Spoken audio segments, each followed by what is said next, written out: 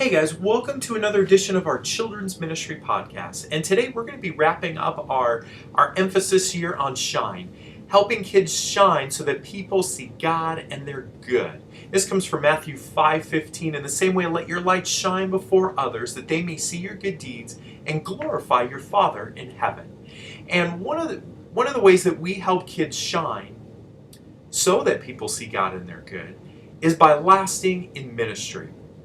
I remember my very first college class at Biola. It was Foundations of Ministry, just fresh out of high school. I get to the class like 30 minutes early because I'm excited, but I'm also wanting to make sure I get to the right class, and I get a seat up in front, I get my notebook out, and I'll never forget the first thing that professor told us.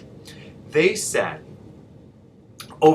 statistically, over 50% of you in this class of like 50 or something like that. It's a pretty big class. Statistically, over half of you that start out in ministry will not last in ministry. Over 50% of you that start out in ministry will not last in ministry. And that really blew me away. And as ominous as that kind of sounds, I don't think they were trying to be discouraging, like, hey, most of you guys are going to fail anyway. I don't think it was that. I really think it was, hey, over half of the people that sign up for vocational ministry don't last, so I want you to pay attention because I want you to last. And I really think that was the heart behind it. And I share that with you because my heart is the same way. I want you to last in ministry. Because you didn't sign up for ministry, whether you're a paid staff person or whether you're a volunteer. You didn't sign up going, man, I can't wait to blow it in ministry, or I can't wait till this is done. You signed up because it was something that you wanted to do, that you felt God wanted you to do, and you did it because you love God and you love the people that you're serving. And so I want to share something from Scripture that will help you last in ministry. And it's the story of Mary and Martha that we find in Luke 10:38 through 42. As Jesus and his disciples were on their way, he came to a village where a woman named Martha opened her home to him. She had a sister called Mary who sat at the Lord's feet listening to what he said. But Martha was distracted by all the preparations that had to be made. She came to him and asked, Lord, don't you care that my sister has left me to do the work by myself? Tell her to help. Now that's an interesting thing, and that first phrase where it starts, Lord, don't you care? And I almost think it was probably said in that tone.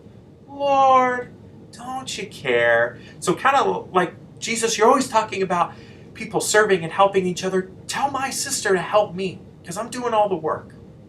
And let's go on. Let's see how the rest of it turns out. Martha, Martha, the Lord answered, you are worried and upset about many things, but few things are needed, or indeed only one. Mary has chosen what is better, and it will not be taken away from her. Now, a lot of times in Scripture, when people ask Jesus something, he kind of busts out in a parable to give us a life lesson. But here, Jesus is shooting pretty straight from the hip where he says, Mary's chosen what's better. There's only a few. You're so worried about so many things, but there's really only one thing that matters. And in this context, what Jesus is saying is the thing that matters most is spending time with me. Jesus says that the thing that matters most is spending time with him. Not doing work for him, but spending time with him. And so I want to throw that out there to all of us today. That in order to last in ministry and indeed to thrive in life, don't let your work for Jesus get in the way of spending time with Jesus. Let me say that again. Don't let your work for Jesus get in the way of spending time with Jesus. We can get worried about so many different things. Is my message good enough for this weekend? Did I spend time with all the leaders that I need to? Did all the supplies get done? Are there any typos in the PowerPoint or in the bulletin or in the handouts or whatever? There's so many details to get worried about. And it's important that those things are good and done right, but not at the expense of spending time with Jesus. And sometimes I'm guilty of that. I will, hey God, I've got so much work to do for you that I don't have time to spend with you. I don't say it like that, but my actions say that.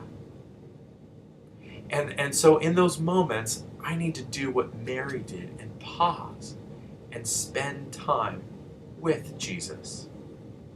And can't we all benefit from that? Spending time with Jesus? And so I just want to ask you, are you letting your work for Jesus get in the way of spending time with Jesus? And my encouragement, my challenge to you today would be don't. Don't let your work for Jesus get in the way of spending time with Jesus.